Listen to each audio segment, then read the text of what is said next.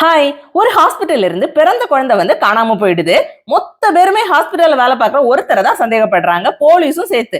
நேரம் நகர நகர பல எதிர்பார்க்காத விஷயங்கள் வெளியே வருது.